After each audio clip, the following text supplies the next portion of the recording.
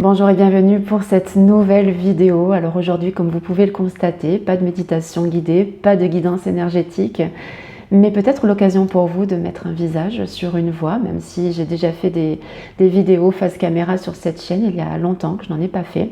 Il y a un an, je pense, puisque il y a un an justement, j'ai fait le choix, ou plutôt cette décision s'est comme imposée à moi d'arrêter de colorer mes cheveux pour cacher mes cheveux blancs.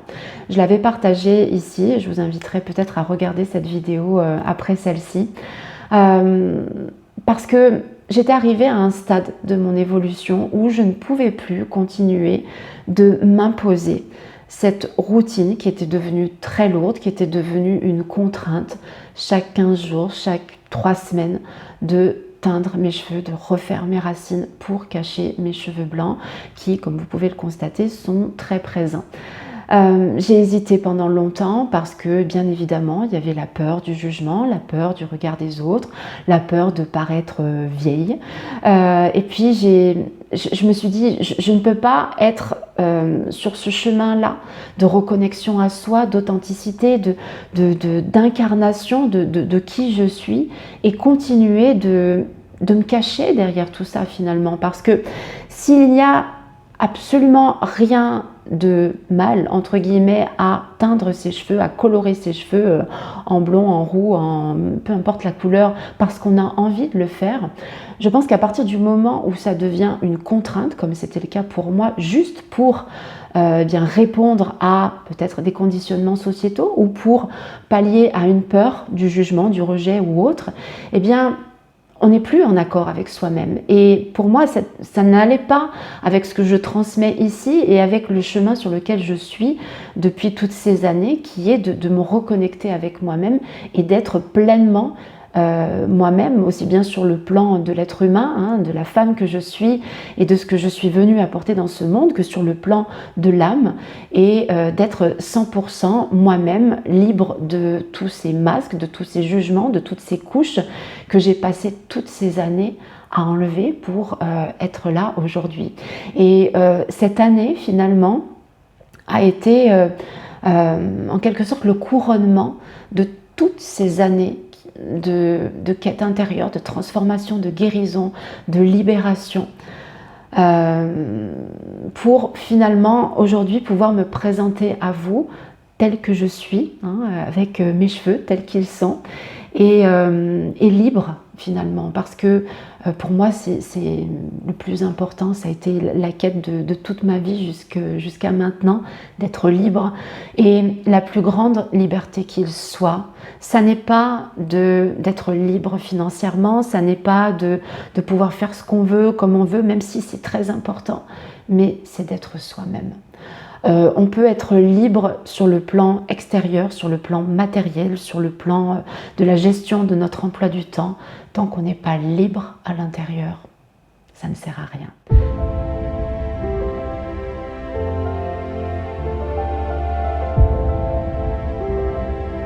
Alors, juste quelques mots de présentation si vous me découvrez aujourd'hui.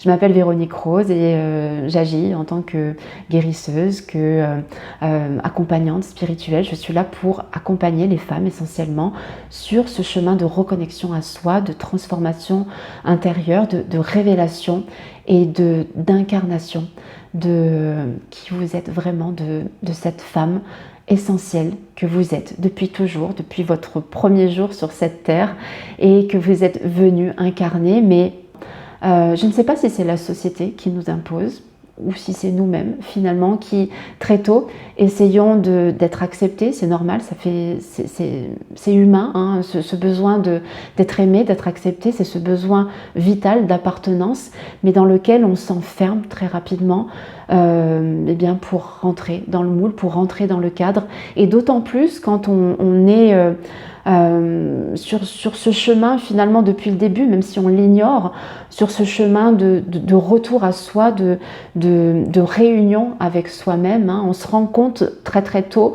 qu'on est différente. J'aime pas trop utiliser ce terme-là, mais on est un peu parachuté sur cette terre en se demandant ce que l'on fait ici.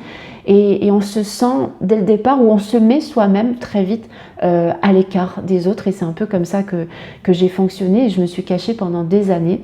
Et c'est vrai que de venir publiquement ici, parce que j'étais amenée à cela, partager des messages, partager des guidances, partager aussi des éléments de mon propre parcours, a été assez difficile pour moi, et c'est peut-être aussi pour ça que j'ai mis beaucoup de temps à venir ici publiquement et authentiquement transmettre ce que j'avais à transmettre.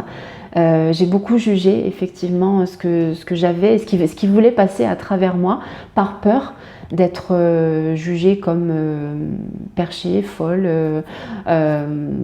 ou autre. Mais aujourd'hui, eh bien, voilà, je rends grâce pour ce parcours justement de reconnexion qui me permet de vous transmettre les choses qui veulent passer à travers moi pour bien vous accompagner justement dans cette reconnexion à vous-même et à votre véritable et divine essence. Donc, quand j'ai pris la décision l'an dernier d'arrêter de teindre mes cheveux, c'était vraiment un cri du cœur. Je ne peux plus continuer comme ça. Comme je vous ai dit en introduction, pour moi, ça allait vraiment à l'encontre de qui j'étais. Et même sur le plan physique, hein, j'ai un mode de vie assez sain, et j'étais en train de me mettre des produits chimiques sur mes cheveux, mais ça passe dans le sang, ça passe dans tout l'organisme, juste pour une question d'apparence finalement. Donc ça n'allait plus. Et quand j'ai pris cette décision, effectivement, ça a été difficile dans le sens où, oui, je me suis dit, je vais devoir, peut-être que je vais paraître plus âgée, peut-être que je vais être jugée, peut-être que ça ne va pas m'aller. Enfin, je me suis posé beaucoup de questions sur le plan de l'apparence physique, mais il y avait cette voix à l'intérieur de moi qui me disait non, vas-y. Suis cet appel-là, et les choses vont se faire d'elles-mêmes. Et cette année-là, et je me rends compte avec le recul que tout est juste, hein, puisque nous sommes entrés cette année, je vous rebats les oreilles avec ça depuis le début de l'année, mais cette année 2025 a été, enfin elle se termine, elle n'est pas encore finie, mais une année de puissante transition, et je pense que toutes les transformations que l'on a fait cette année et que l'on continue de faire sont finalement, ont été finalement multipliées par 10 par rapport à tout ce qui a pu être fait ces 9-10 dernières années. Vous voyez, donc comme je vous le disais juste avant, c'est comme le couronnement finalement de ce qui a été fait ces dernières années. Et donc pour moi, cette transition capillaire a été aussi le reflet de cette transition intérieure, de ce passage finalement, comment dire, de cette fin, même si je n'ai pas la prétention aujourd'hui de dire que j'ai tout réglé, que j'ai tout guéri, que je suis arrivée quelque part, parce que je pense qu'il n'y a pas d'endroit où aller si ce n'est à revenir au centre de notre être, hein. Mais une fois qu'on est là, eh bien, c'est un autre chemin qui commence. On parcourt tout ce chemin pour revenir à l'essence de qui nous sommes. Et puis après, il y a autre chose qui se met en place justement pour agir dans ce monde, non plus à partir de nos conditionnements, de nos peurs, de nos blessures et de tous ces schémas qui tirent les ficelles depuis le début, mais agir finalement à partir de notre cœur et donc de notre être authentique, à partir de notre essence. Donc vous voyez, il y a autre chose qui se met en place. Et aujourd'hui, j'ai encore des choses qui ne sont pas réglées en moi. J'ai encore des situations dans ma vie avec lesquelles je lutte, hein, entre guillemets, mais je sais que voilà, ce sont autant de choses que je suis en train de transformer à l'intérieur de moi, et on ne peut rien forcer de toute façon, mais on ne peut pas résister non plus. On ne peut pas résister à cet appel qui nous pousse vers cette reconnexion à soi et vers cette incarnation de qui nous sommes vraiment. Donc à mesure que j'ai laissé pousser mes cheveux, donc je suis restée 1 an sans couper mes cheveux, donc autant vous dire que tout ce que j'ai libéré, tout ce que j'ai transmuté pendant cette puissante année 2025 s'est stocké dans mes cheveux. Et J'avais envisagé de couper mes cheveux un peu plus tôt, je l'ai fait là dernièrement, il y a quelques jours, mais je voulais le faire avant parce que je sentais que c'était plus possible. Mes cheveux me paraissaient lourds, et puis il y a eu des moments où je me disais, mais si je m'écoutais, là je prendrais une paire de ciseaux et je couperais tout. Et puis voilà, je me disais, bon, j'attends encore un petit peu pour que ça pousse un peu plus, parce que j'avais pas envie de couper trop court non plus. Et puis eh bien, le mois de septembre était là, et j'ai pris la décision justement de couper bien tout ça, et de déposer une bonne fois pour toutes ces mémoires en fait. Et je pense que j'ai coupé pas uniquement tout ce que j'ai transformé, transmuté au cours de cette année 2025, donc cette fin de cycle, mais je pense que j'ai coupé aussi avec tout ce qui était là avant en fait, et dont je me suis libérée au cours de cette année qui a été intense, et je pense que vous l'avez aussi vécu de cette façon-là, et ça a été vraiment une grande libération. Donc juste quelques mots ici sur mon passage chez le coiffeur.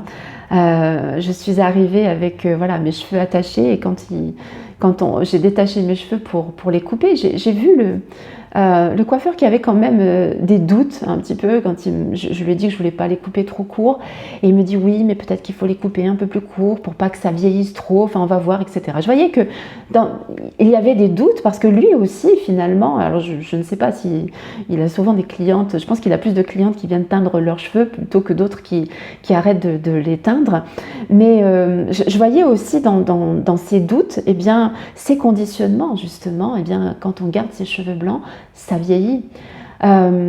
Et je pense aujourd'hui que tout dépend de ce qui est à l'intérieur en fait. Si c'est quelque chose qui est subi, si par exemple on arrête de teindre ses cheveux parce qu'on est obligé, parce qu'il y a, je sais pas, une allergie aux produits colorants, ou parce que pour X ou Y raison, quand c'est quelque chose de subi, eh bien effectivement, on peut paraître plus âgé.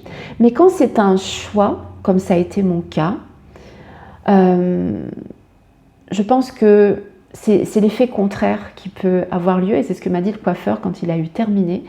Il m'a dit, je trouve que ça vous rajeunit. Et c'est vraiment cette sensation que j'ai eue moi-même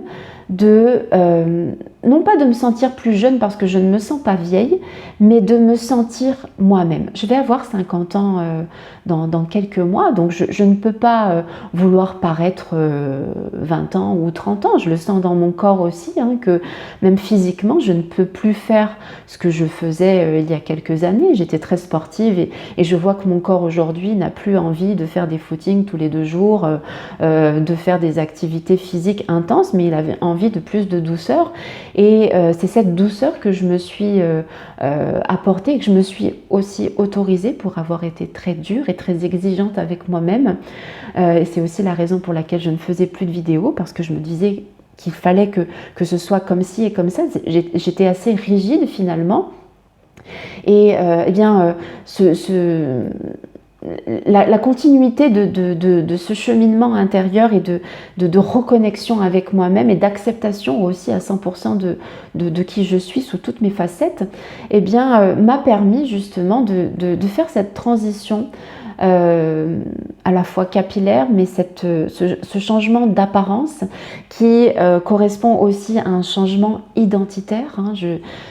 Tout au long de cette année 2025, il y a eu de puissants changements intérieurs qui me permettent aujourd'hui de petit à petit de voir ma vie à l'extérieur changer aussi, puisque l'extérieur est toujours le reflet de l'intérieur. Hein. Je le partage très souvent, mais c'est vrai qu'on a beau le savoir intellectuellement, on a tendance à l'oublier, parce que quand on vit dans une vie qui ne nous correspond pas, on a envie que ça change, mais ça ne peut pas changer tant qu'on ne change pas soi-même.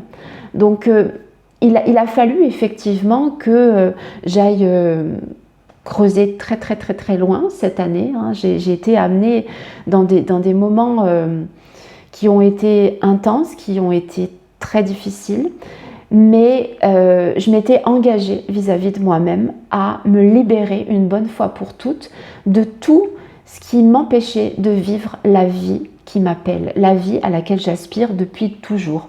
Parce que je pense que on ne peut pas vivre une vie authentique tant qu'on n'est pas soi-même. On ne peut pas vivre une vie qui nous correspond et dans laquelle on est épanoui tant qu'on se cache, tant qu'on joue un rôle, tant qu'on fait semblant, tant qu'on met des couches, que ce soit sur sa tête ou ailleurs, pour paraître quelqu'un d'autre ou pour se préserver et par peur d'être rejeté, d'être jugé, etc. Voyez, donc, mon parcours capillaire s'est terminé il y a quelques jours quand j'ai coupé mes cheveux. Et c'est vrai que quand je suis sortie de chez le coiffeur, c'était un peu difficile pour moi. Honnêtement, je me suis regardée dans le miroir en me disant ouais, non, c'est pas moi en fait. Et si. Mais il m'a fallu quelques jours pour me retrouver finalement et me regarder dans le miroir en me reconnaissant vraiment. Et ça a été vraiment un cadeau que je me suis offerte à moi-même et que je vous encourage. Et si vous êtes ici, si vous êtes sur ce chemin, ou que vous en soyez sur votre chemin, mais si il y a des moments où vous avez envie de faire marche arrière parce que c'est difficile, hein, vous le savez, et je ne vais pas vous dire que c'est un chemin parsemé de pétales de rose. Non, la rose a des pétales. Il y a aussi des épines sur ce chemin, vous le savez. Et ça demande du courage de le parcourir et de continuer, parce que je ne sais pas si ça s'arrête un jour en fait, parce que on est en évolution permanente, donc ce sont des paliers que l'on passe à chaque fois, et la vie est expansion illimitée, donc je pense qu'on continue encore et encore, mais à mon sens il y a quand même une grosse partie à faire dans un premier temps, et après eh bien c'est de l'expansion en fait. Je pense qu'il y a vraiment, avec le recul que j'en ai maintenant, il y a plusieurs phases que j'ai identifiées. Il y a cette première phase qui est celle qu'on appelle la guérison en fait, hein. Donc c'est cette prise de conscience des blessures et cette alchimie de ces blessures, hein. On ne travaille pas sur ces blessures. Je pense que je ferai une vidéo aussi là-dessus, même si j'en ai déjà parlé, mais j'ai vraiment envie de permettre aux personnes qui résonneront avec ce que je partage, de mettre un terme à ce travail sur soi, de travailler sur ces blessures qui peut durer mais toute une vie. Et non, c'est pas vrai, ça ne dure pas toute une vie. Les blessures, elles sont là pour être conscientisées, elles sont là pour être mises en lumière et tout de suite alchimisées. Elles ne sont pas là pour être travaillées, parce que ce sur quoi on porte l'attention s'amplifie en fait. Donc si vous travaillez sur vos blessures, vous allez les amplifier, alors que si vous les regardez courageusement et avec amour et bienveillance, vous allez pouvoir les laisser partir, vous allez pouvoir les transformer. Voyez, donc ça c'est la phase 1. La deuxième phase que j'ai identifiée, eh bien c'est cette révélation. C'est cette autorisation à être soi-même, à se découvrir en fait, à enlever les couches que l'on a mis comme une adolescente pourrait le faire par exemple quand elle cache ses formes. Alors on peut les montrer, ces formes, ou on peut les cacher. Personnellement, c'est ce que j'ai fait. Étant adolescente, je m'habillais avec des vêtements qui cachaient ces formes nouvelles, qui cachaient ma féminité, et j'ai caché ma féminité pendant longtemps. Et donc il y a ce chemin de révélation, et peut-être de révélation de la féminité, mais peut-être aussi de réconciliation aussi avec cette féminité, avec soi, avec la femme que l'on est. Donc c'est cette phase 2 hein, que j'ai appelée la révélation. Et puis ensuite, il y a cette troisième phase qui est l'incarnation. C'est, comme je dis souvent, l'esprit qui descend dans la matière. En fait, c'est qui nous sommes vraiment, c'est notre âme en fait, que même si elle est partout, elle peut rester au-dessus en fait, elle ne descend pas complètement. Vous savez, ces refus d'incarnation que l'on peut ressentir parfois, hein, cette impression de ne pas habiter pleinement dans son corps, tout simplement parce que il y a peut-être ce refus d'être là, hein, ça peut être un autre sujet que je peux développer ici, mais on peut se demander très tôt, en tout cas moi c'est la question que je me suis posée, mais qu'est-ce que je suis venue faire ici quand j'étais enfant et puis même après, pendant ce chemin de reconnexion à soi, mais combien de fois je me suis dit, mais qu'est-ce que je fais ici? J'avais l'impression que je n'avais rien à faire là, je n'avais rien à apporter, que ce monde me dépassait complètement, que non, je n'avais rien à faire là, vous voyez, c'est ce refus d'incarnation. Donc il a fallu justement que j'aille descendre dans mes profondeurs, dans les racines justement, pour pouvoir m'incarner et donc permettre à l'âme finalement de descendre dans le corps pour pouvoir l'habiter pleinement. Et à partir de là, eh bien c'est là qu'on peut agir et œuvrer finalement dans ce monde. Alors ça n'a pas besoin de passer par des choses exceptionnelles ou extraordinaires, hein, mais prendre sa place finalement, prendre pleinement sa place. Et ça peut être quelque chose de challengeant quand on n'habite pas pleinement son corps. Et je me rends compte aujourd'hui que il y a de nombreuses personnes, et pas uniquement ces personnes qui sont sur ce chemin conscient de reconnexion à soi, on est tous sur ce chemin de reconnexion à soi, mais de façon consciente ou inconsciente. Et on peut très vite se perdre à l'extérieur pour pouvoir combler un vide intérieur. Mais comme je dis souvent, le vide intérieur, on ne peut jamais le combler avec quelque chose d'extérieur à soi. On ne peut que l'habiter de notre propre présence. Et c'est ce à quoi nous amène ce chemin de guérison, de transformation, de révélation et d'incarnation de notre essence, de qui nous sommes vraiment. J'ai envie de dire tout simplement pour être heureuse, heureux dans notre vie, pour pouvoir en profiter pleinement, jouir pleinement de cette vie, hein, et arriver au terme de celle-ci sans aucun regret, en se disant, eh bien, si c'était à refaire, je referais exactement la même chose, et non en se disant, ouais, si j'avais su, j'aurais fait ça, ou je me serais autorisé ceci, ou je n'aurais pas fait les choses comme ça, voyez.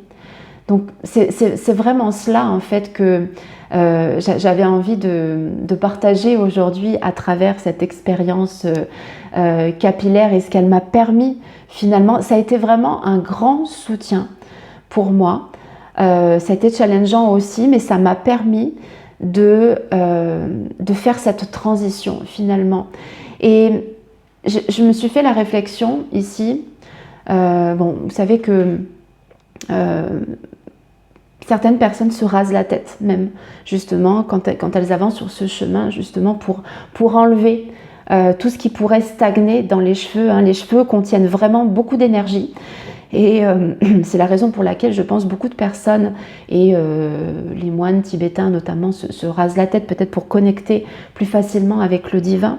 Mais la réflexion que je me suis faite, j'ai pensé à ma mère, qui a eu un cancer du sein il y a quelques années, et bien, qui a perdu ses cheveux suite à la chimiothérapie.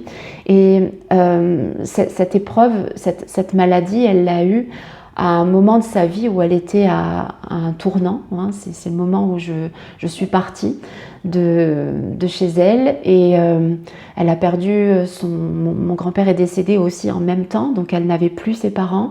Et moi je suis partie, j'ai quitté le nid, donc elle a fait ce cancer du sein qui, voilà, le cancer du sein c'est toujours lié à une perte, hein, que ce soit la perte des enfants, des parents, ou à la perte d'un compagnon, d'un conjoint, d'un mari. Et donc, eh bien, elle a perdu ses cheveux suite à cette chimiothérapie pour l'aider finalement dans ce passage de vie vers toute autre chose. C'est là aussi qu'elle est devenue grand-mère pour la première fois. J'ai eu mon fils 1 an après. Donc je pense que les maladies, et le cancer notamment, sont des moyens qu'utilise la vie pour nous aider dans nos transitions quand on y résiste d'une certaine façon, voyez. Comme je vous disais tout à l'heure, on ne peut rien forcer, mais on ne peut pas résister non plus. Donc quand dans la vie, il se présente des événements comme celui-ci, comme la maladie, comme une séparation, une perte, un deuil, etc., ce sont des moments que la vie nous présente finalement pour nous aider dans nos transitions de vie, pour nous amener à cette reconnexion à soi, pour nous aider à revenir dans notre cœur, pour nous aider à revenir à l'essence de qui nous sommes. Donc je vais terminer cette vidéo aujourd'hui en vous disant que plutôt que de devoir en passer par là, et je ne sais pas si c'est inévitable en fait, on passe presque inévitablement par un choc émotionnel pour ouvrir certaines choses, mais je pense qu'après, si on a la sagesse de poursuivre ce chemin et non pas de faire marche arrière chaque fois que c'est difficile, si on a cette sagesse-là, finalement, d'avancer coûte que coûte, même si c'est difficile, eh bien on évite ces transitions de vie très difficiles. On évite tous ces événements-là qui n'ont d'autre mission que de nous ramener à nous-mêmes. Donc, mon invitation ici, avec ce partage, eh bien, c'est de vous encourager à poursuivre ce cheminement intérieur, même s'il est difficile. Et je vous rappelle que je suis là pour vous y accompagner.